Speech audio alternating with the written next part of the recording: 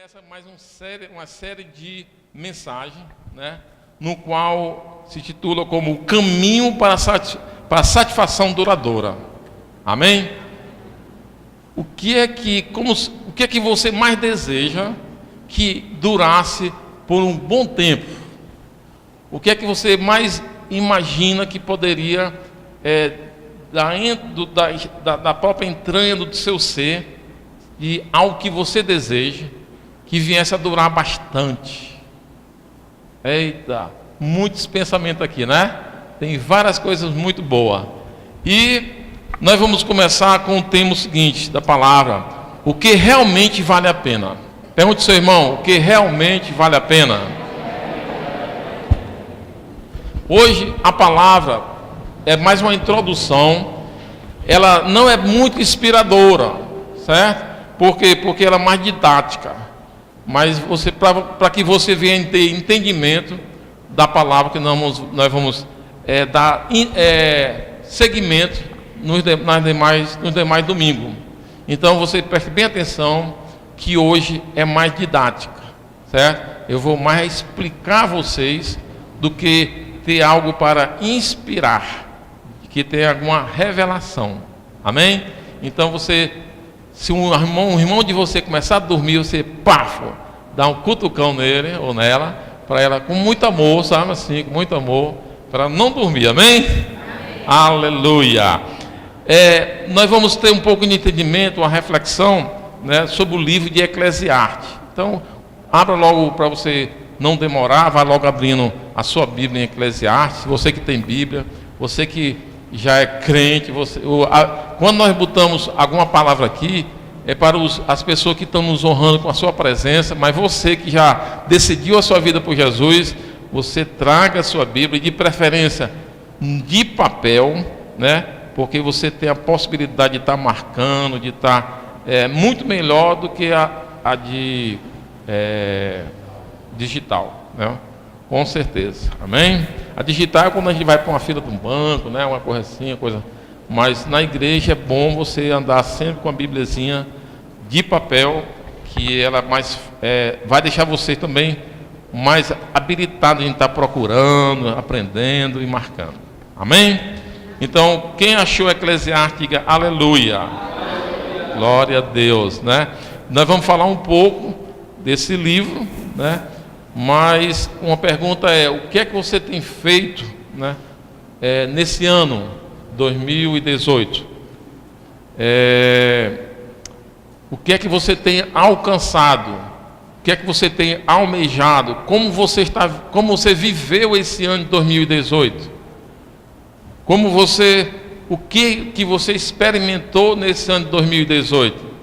Inclusive, nós temos a mania, não sei se é só o brasileiro, né, de não meditar nessas perguntas. O que foi que eu fiz ou deixei de fazer? Em que eu fui abençoado e o que não fui abençoado. Mas, geralmente, nós estamos sempre buscando chegar ao dia 1º de janeiro, né? A nossa fome, o nosso desejo é que seja realizado coisas boas e maravilhosas no próximo ano. Amém? É bom demais, sim ou não? Porém, nós dificilmente fazemos uma reflexão do passado, do que não alcançamos e por que não alcançamos. E o livro do Eclesiastes vem nos trazer uma reflexão sobre a nossa maneira de vivermos, né? E de que maneira vivemos e por que vivemos dessa maneira. Amém? Vocês estão prontos para viajar no livro de Eclesiastes? O livro de Eclesiastes ele não é muito procurado para leitura. As pessoas, eu pelo menos, quando eu comecei a ler Eclesiastes, eu era do exército, e eu comecei a ler, que eu li o livro todinho, de Gênesis e Apocalipse, lá no exército, nem era crente ainda. E quando eu cheguei em Eclesiastes, eu disse assim: rapaz, esse rapazinho aqui está com depressão. Não? Porque tudo é vaidade, nada presta, rapaz, o cara desse está desistindo da vida, né? Depois que a gente começa a ter compreensão da palavra, a gente vai ver que não é assim, né? E esse livro foi escrito há mais de 1000 anos antes de Cristo. Né? Daqui a pouco nós vamos chegar nesse ponto, né? E nós vamos ter um pouco mais de entendimento sobre essa palavra. Amém? Amém? Então, para você ler um livro, qualquer livro da Bíblia, é sempre bom você entender o contexto histórico. Saber o contexto histórico. Por isso que sempre eu falo para as pessoas comprar também livro, a Bíblia de estudo, né? Porque antes de você começar a ler um livro da Bíblia, são 66 livros, na entrecapa, antes de começar o livro, lá fala para quem foi escrito, como foi escrito, onde foi escrito, na que época foi escrito. Então você começa a entender melhor, né, o conteúdo do que está escrito. Amém? Então faça isso, compre uma Bíblia de estudo que é excelente. Vamos dar continuidade, né? O livro de Eclesiastes, nós vamos aqui determinar em comum acordo que foi escrito por Salomão. Amém? Teólogos, né? Eles creem que foi Salomão, certo? Muitos entram em acordo e concordam que foi Salomão, outros acham que não, tal, enfim. Para nós darmos a continuidade dessa palavra bem sadia, vamos entrar em acordo que foi Salomão, tá bom? Amém? Vocês concordam comigo? Agora, por que a maioria das pessoas concorda que foi Salomão? Porque se eu fizer uma pergunta a você, quem foi o rei de Jerusalém mais rico e mais sábio da época? Né? Então, essas e mais outras texto e contexto vêm a levar essa decisão, né, da maioria que foi escrita por Salomão. Glória a Deus, né?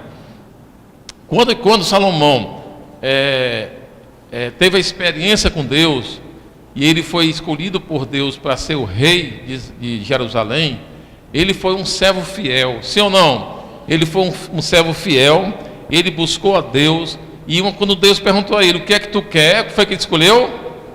Sabedoria. Ele já era sábio e não sabia, né? Ele escolheu sabedoria. Ele poderia ter escolhido, rapaz, eu quero ser o homem mais rico do mundo. Ele poderia ter escolhido, rapaz, eu nunca quero adoecer na minha vida, sim ou não? Mas ele escolheu sabedoria de Deus.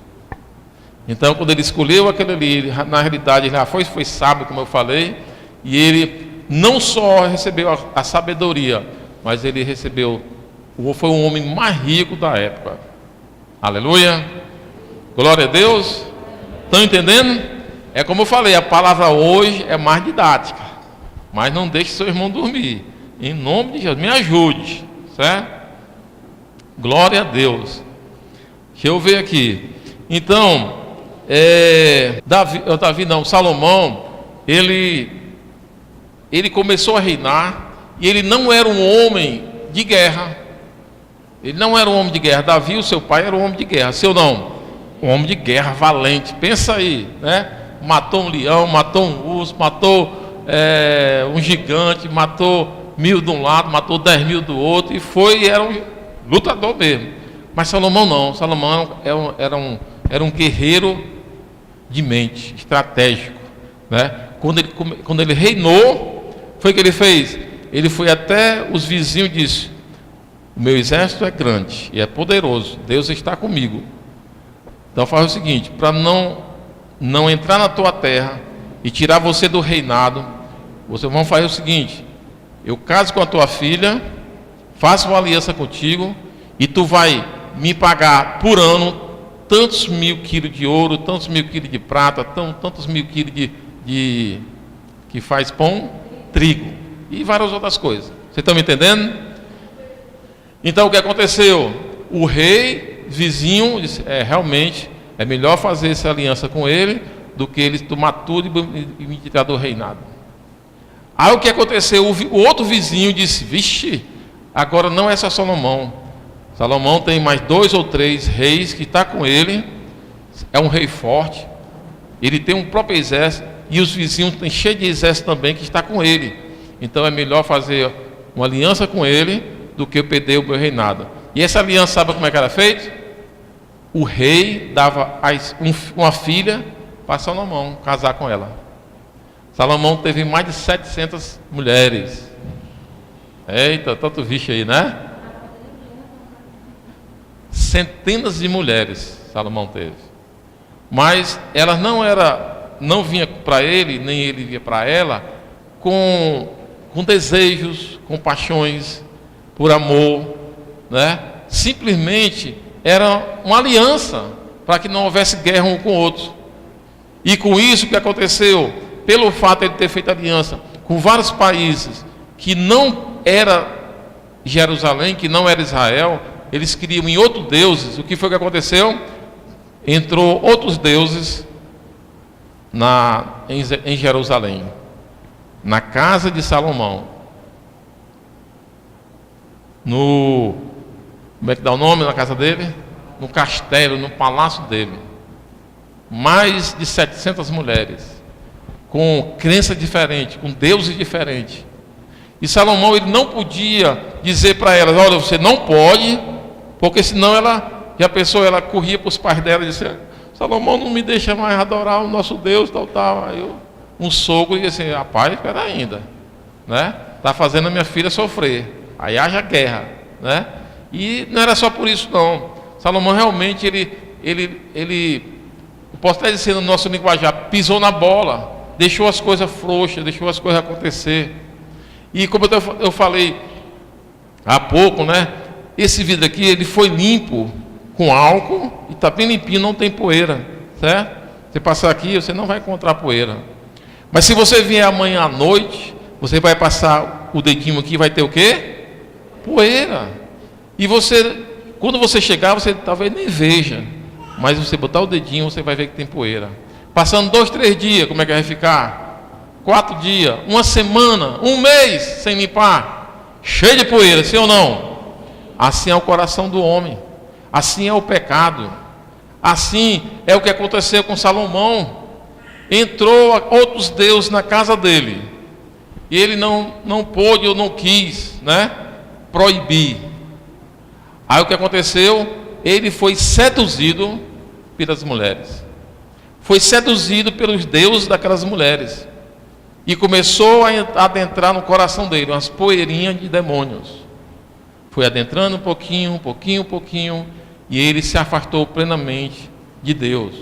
Quando ele escreveu aqui Eclesiastes, ele já escreveu velho, ele já era um senhor velho. Quando ele escreveu, Salomão, quando ele escreveu,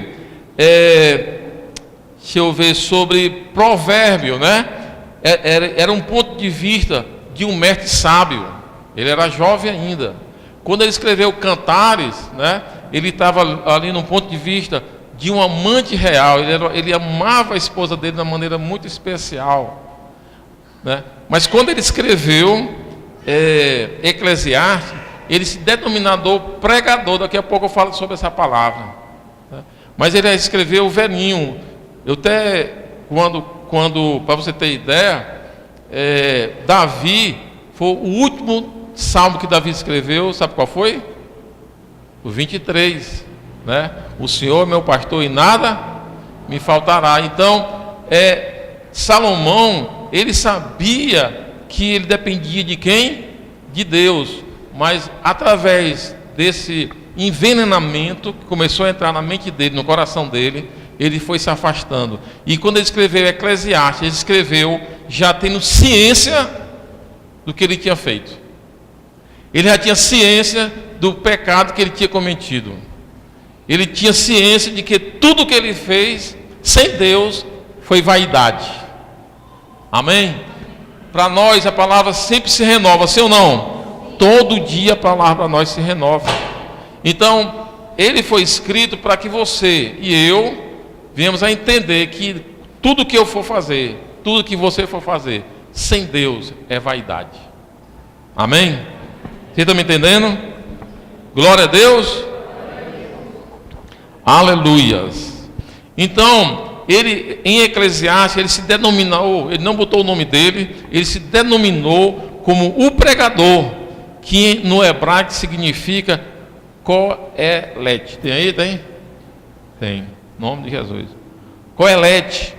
Título está num orador oficial que convoca uma assembleia. Também transmitida a ideia de argumentar Interessante que essa ideia de argumentar, muitas vezes não era com outros, mas consigo mesmo. Ele argumentava consigo mesmo, né, sobre a vida dele, do que ele fez sem Deus. Coelete em hebraico quer dizer orador oficial que convoca uma assembleia. Eclesia no grego, que no hebraico quer dizer o que? Eclesia? Igreja. Vocês aprenderam, né? Durante 4 mensagens. Eclesia no hebraico significa igreja, né? Já no grego, eclesia significa, que vem exatamente dessa palavra, eclesiastes. Quem está entendendo, diga amém. Porque vem do pregador, prega as boas novas. Aleluia. Então, se você prega as boas novas, você é um pregador. E se você prega as boas novas e é um pregador, você prega porque você é uma eclesia, você é uma igreja. Tem o mesmo sentido, amém? Vocês estão entendendo? Glória a Deus, aleluia. Só não tem uma luz aqui, né? Hoje eu sou mais professor. Glória a Deus. Aleluia. Continuando.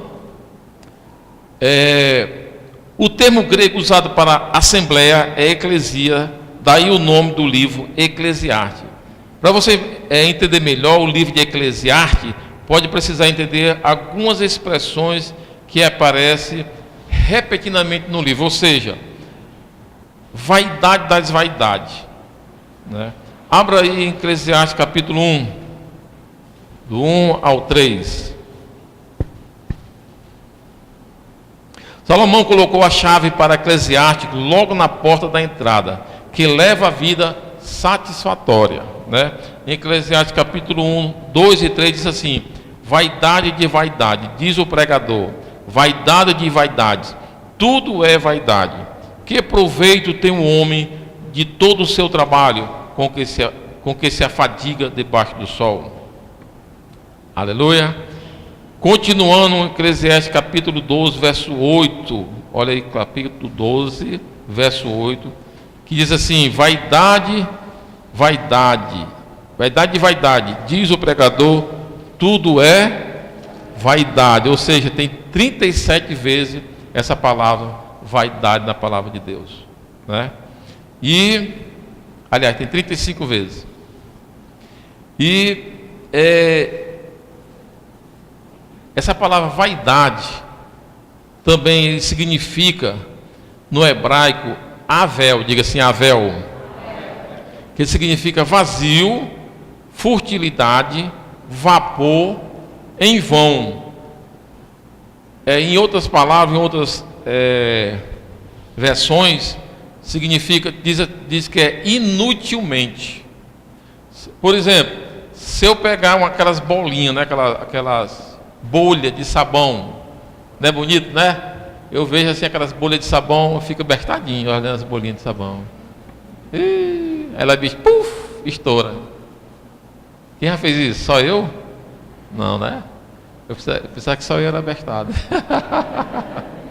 A gente fica olhando, mas é bonito, né? Porque ela começa a pegar as cores do ambiente, as luzes do ambiente, fica bonita. Aquelas bolhas de sabão voando. Aí ela explode, puf, estoura. Aí eu pergunto, depois que ela estoura, tem alguma utilidade? Serve para alguma coisa? Não.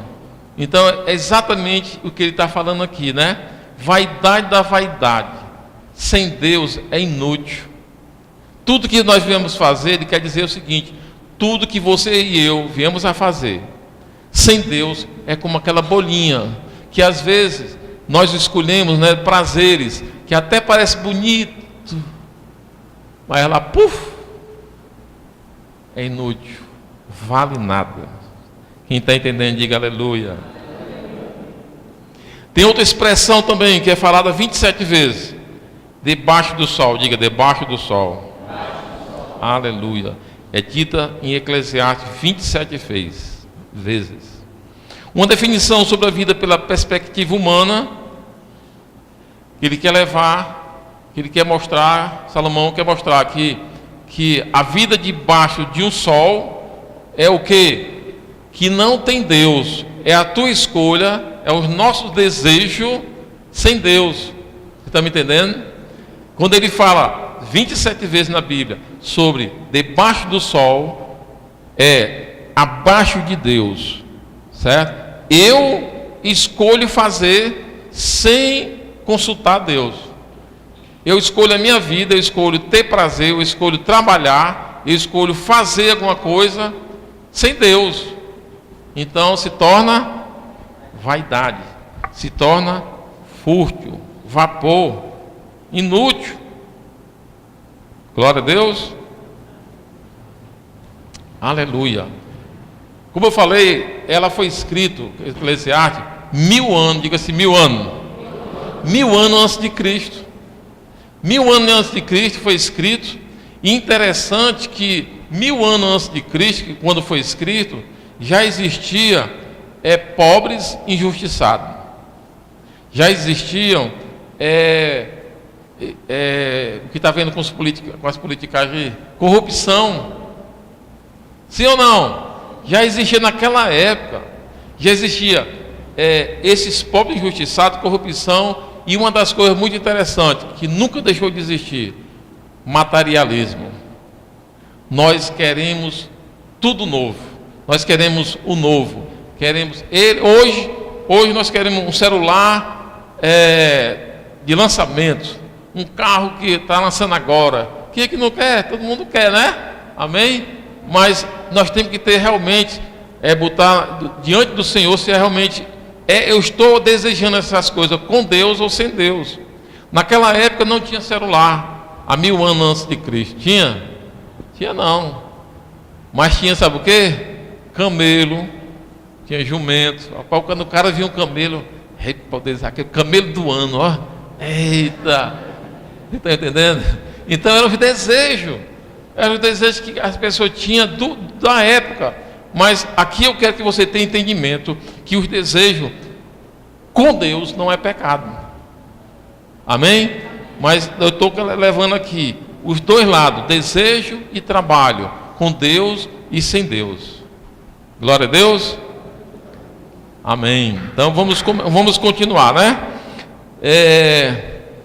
A grande pergunta é: o que realmente vale a pena? Pergunta para o seu irmão: o que realmente vale a pena?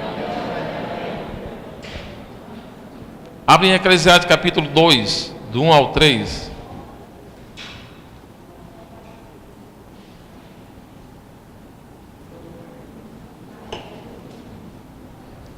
Eclesiastes capítulo 2, do 1 ao 3.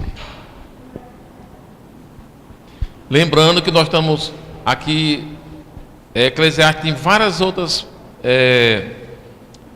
áreas que nós poderíamos estudar. Mas nessa noite nós estamos dando uma introdução sobre prazer e trabalho. Diga prazer e trabalho.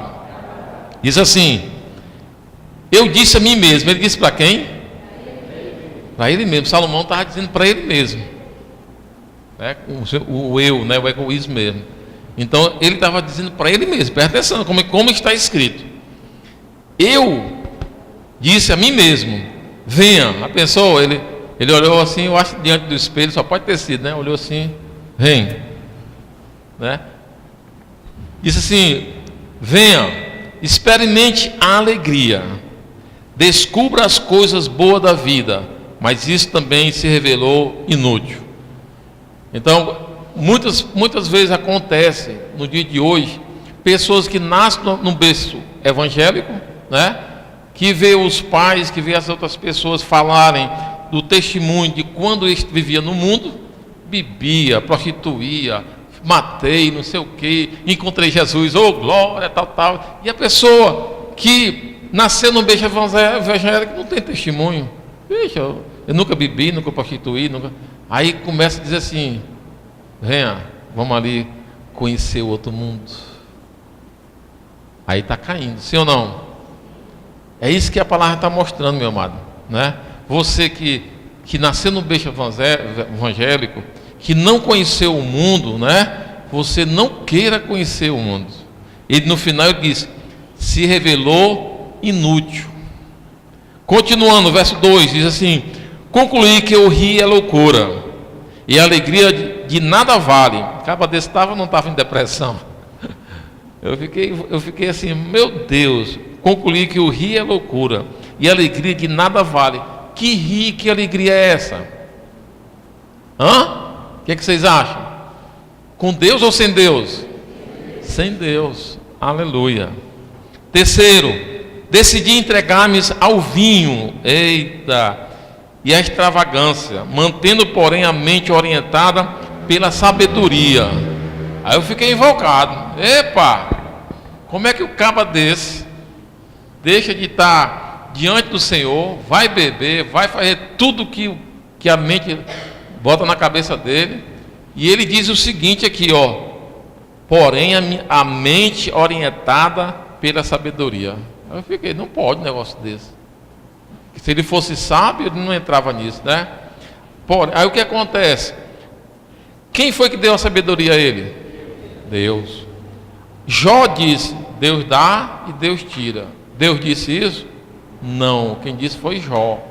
Depois Jó veio lá na frente saber que ouvia de Deus, conhecia Deus de falar, mas naquele momento ele passou a conhecer Deus. Amém? Eu quero que você entenda, quando Deus te dá alguma coisa, Ele não tira. Se Deus te dá um dom, eu conheci um rapaz, ele era casado, e aqui com lá ele se desviava. Eu passei uns 2, 3 anos, ele sempre se desviava, 2 vezes por ano, 3 vezes por ano, sempre se desviava. E ele dizia, sabe o quê? Rapaz, eu desvio, mas Deus, Ele concorda comigo. Por quê? Porque eu continuo falando em língua. Cheio dos mel. Cheio dos mel, falando em línguas. Vocês estão me entendendo? Então, o dom que Deus dá, Deus não tira. Quando Salomão estava falando aqui, né, que continuava na sabedoria, na realidade, o próprio Senhor ficava colocando na mente dele, no coração dele, dizendo, Salomão, tu está errado. Vocês estão me entendendo? Amém? Continuando. Algumas pessoas começam a beber para ter prazer, sim ou não? As pessoas começam a beber e tem aquele prazerzinho pequenininho. Aí ele bebe sexta-feira e sábado, ou então bebe só sábado. Aí tem aquele prazer pequenininho. Aí na outra semana, ele passa a semana trabalhando, aí quando chega o final de semana, aí ele lembra do prazer que teve pequenininho. Depois eu vou tomar uma cachaçinha. Aí toma uma cachaçinha para ter aquele prazer pequenininho. Aí quando outra semana, aí começa a tomar, já não é sábado, é sexta e sábado. Aí começa a tomar sexta, sábado, domingo, para poder o prazer ser maior. Você está me entendendo? Aí a pessoa chega lá para ele e diz, rapaz, faça isso não, rapaz. Você está bebendo agora, faça isso não. Não, mas é social. É uma bebida socialmente, né? Falando. Eu bebo socialmente. Aí continua bebendo e vai dizer, eu bebo socialmente. Aí depois eu bebo socialmente. É social. Cheio dos mel dizendo que está bebendo socialmente.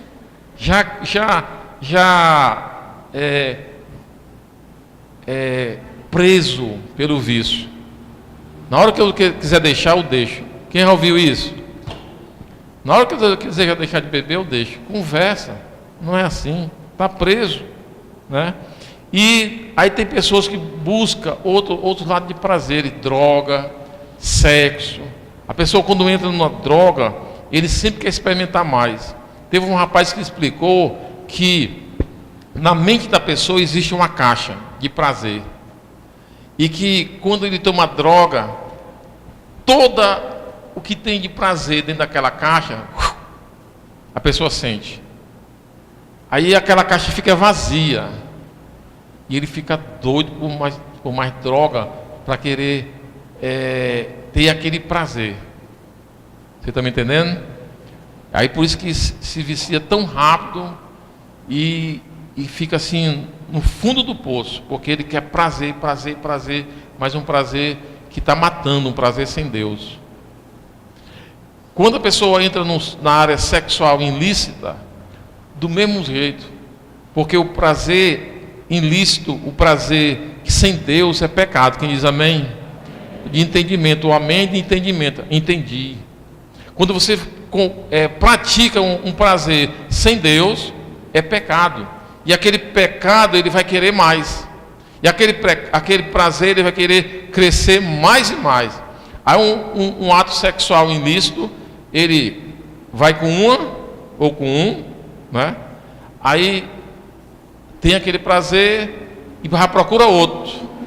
E já procura outro, e procura outro, e procura outro, e procura outra. Daqui a pouco, já não é com a mesma pessoa do sexo. Já procura do mesmo sexo. Não é com sexo diferente. É homem com homem, mulher com mulher. Depois já não aguenta mais, rapaz. É pouco. Aí começa a procurar garotinhas de menor, até criança de menor, criancinha de menor, criança, né? Se não até animal. Faz sexo com animal, por quê? Porque aquele desejo já tomou conta dele. Demônios de sexualidade já tomou conta da mente dele. Abra em Eclesiastes capítulo 2, verso 11. Aleluias. Olha o que passou na vida de Salomão.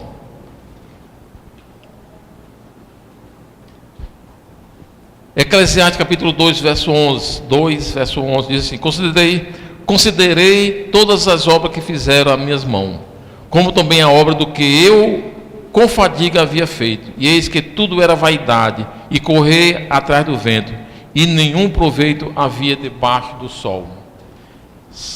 Ele não está dizendo aqui, muitas pessoas pegam essa palavra e diz: trabalhar é correr atrás do vento. Os preguiçosos podem usar isso aqui, sim ou não? O preguiçoso pode chegar para a mãe, né? Ou para o pai, ou para a esposa, seja lá quem for, e dizer assim: não, mas eu vou trabalhar não.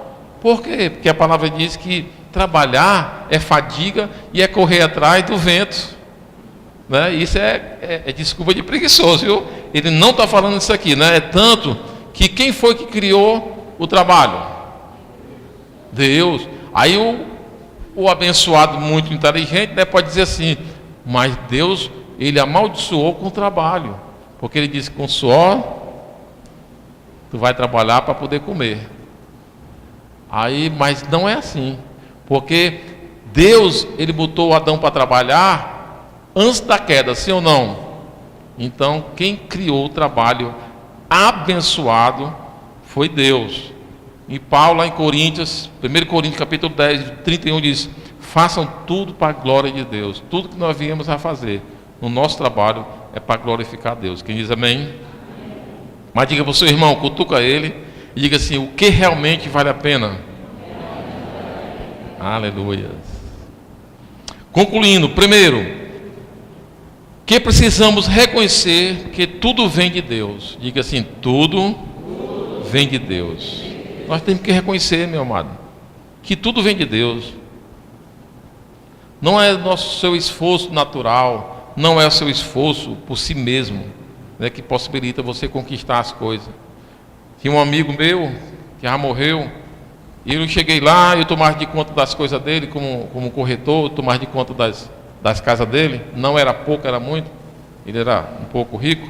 E ele, quando eu comecei a pregar o evangelho para ele, ele disse: negócio de Deus, cara, Deus nunca me deu nada. Eu disse: como é, mas? Não, Deus nunca me deu nada. Eu disse: rapaz, tu vive, tu respira, o sítio que tu tem lá na serra, tudo que tu tem foi Deus que te deu. Disse: conversa, Deus nunca me deu uma banana. Ele não reconhecia Deus na vida dele, nunca. E o bom, sabe o que foi? Que alguns tempos depois ele aceitou Jesus Cristo, para a glória de Deus, né? Mas naquele momento ele estava assim, ele era o Deus dele. Se eu não trabalhar, eu não ganho nada. Se eu não fizer algo, pode ter certeza que tudo que eu tenho veio do meu esforço. Ele estava totalmente cego, sim ou não? Cego. Ele não via Deus no negócio. Ele não via Deus que a palavra de Deus diz que Deus contempla você quando você deita e quando você se levanta. Se Deus não te contemplar, se Deus não quiser que você não levante, você não levanta. Se você disser amanhã eu vou trabalhar e é por meus esforços, Deus disse, você não vai, você não vai. Você está entendendo, amém? Nós temos que reconhecer Deus na nossa vida. Abra aí em 1 Timóteo capítulo 6. Estamos encerrando.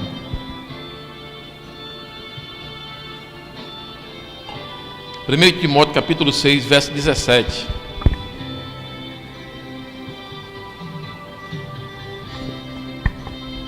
Glória a Deus, aleluia.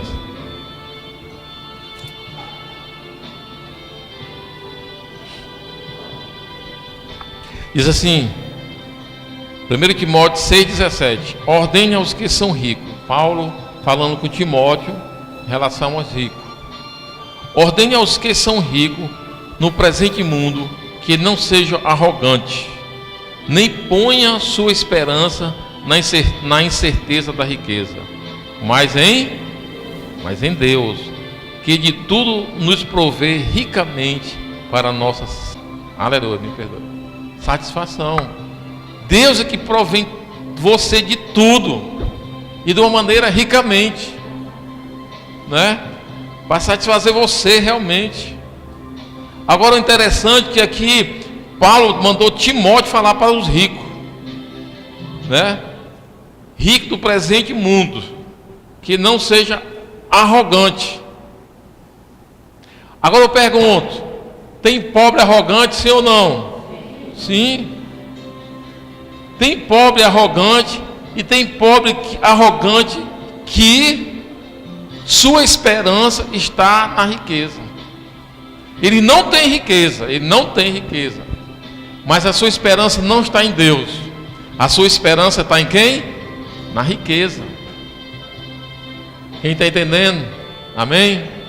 Então a nossa esperança tem que estar em quem? Em Deus. Aqui diz, mas em Deus. Seja rico, seja pobre, a nossa esperança tem que estar em Deus. Segundo, o pregador deixa claro que não apenas as bênçãos vêm de Deus, mas também a capacidade de desfrutá-la. Isso é uma dádiva do Senhor. Eita! Eu conheci um homem rico também, mas era muito rico. Morava na beira-mar, apartamentozão. Todos os apartamentos eram dele. Rico. Mas ele tão rico e não desfrutava da riqueza. Ele não desfrutava da riqueza. Ele não podia sair de dia por causa do sol, cheio de lepra, cheio de câncer de pele. Não podia sair de dia. De noite, não podia sair também. Por quê? Para onde? Para um restaurante? Não podia. Porque cheio de doença. Não podia. À noite, sabe o que ele comia? Qual era a janta dele? Papa de aveia sem açúcar. Deve ser horrível, né? Papa de aveia é gostoso, do maior valor. É a coisa que o lá faz. Entendeu? Mas sem açúcar, meu amado. Horrível. Todo dia, a janta dele, papa de aveia sem açúcar. Por quê? Ele não desfrutava da riqueza dele. Era um ímpio. Não desfrutava da riqueza, um homem super rico, 3 filhos. A mulher já tinha ido embora há muito tempo. Foi embora, deixou ele. E ele disse, Tiburcio, eu daria toda a minha riqueza por 2 coisas tuas. Aí eu, vixe, já pensou? Pela tua saúde e pela tua idade. Eu tinha 30 anos mais ou menos na época, algumas semanas atrás, né? Por que vocês acharam graça? Aí o que aconteceu? E ele disse, porém eu daria só tudo que eu tenho só pela tua saúde, mesmo com a minha idade. Ele já era um senhor, bem idoso. Porque eu não... Aí conta uma história dele. Eu não saio de dia por isso. Eu não como nada. Ele não falou o que ele almoçava. Ele só falou o que ele jantava. Papa de aveia sem açúcar. Horrível, sim ou não? Não desfrutava, por quê? Porque ele não desfrutava, porque ele não, o que ele fez, eu não estou julgando, né, ele, mas eu conheci um pouco. Ele não, o que ele fez, o que ele juntou, né? Ele juntou debaixo do sol. Isso quer dizer o quê? somente eu, para mim, para o meu eu, para o meu ego, não glorificando o nome de Deus. Amém? Vocês estão entendendo? Amém? Aleluias. Em Eclesiastes capítulo 2, verso 25 diz assim: pois separado deste mundo, quem pode comer ou que pode alegrar-se? Pois separado deste mundo, quem pode comer ou quem pode alegrar-se? Quem pode comer sem Deus? Quem pode se alegrar sem Deus? Tudo passageiro, tudo vaidade.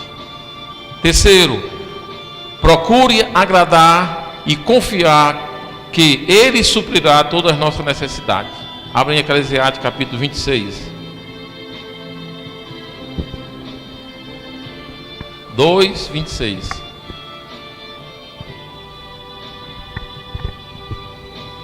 Isso aqui é interessante. Você tomando posse do que está escrito, o que eu vou ler agora. Tome posse mesmo, e acontece na sua vida, porque aconteceu na minha. Se aconteceu na minha, acontece na tua também, amém? Eclesiastes capítulo 2, verso 26. Porque Deus dá sabedoria, conhecimento e prazer ao homem que lhe agrada. Quem agrada aqui? O Senhor. Amém? Então Deus está pronto para te dar sabedoria, conhecimento e prazer. Segundo, mas aos pecadores dá trabalho para que ele ajunte e amontue, a fim de dar aquele que agrada a Deus. Também isto é vaidade e corre atrás do vento. Eu sou corretor de imóveis também, além de pastor, né?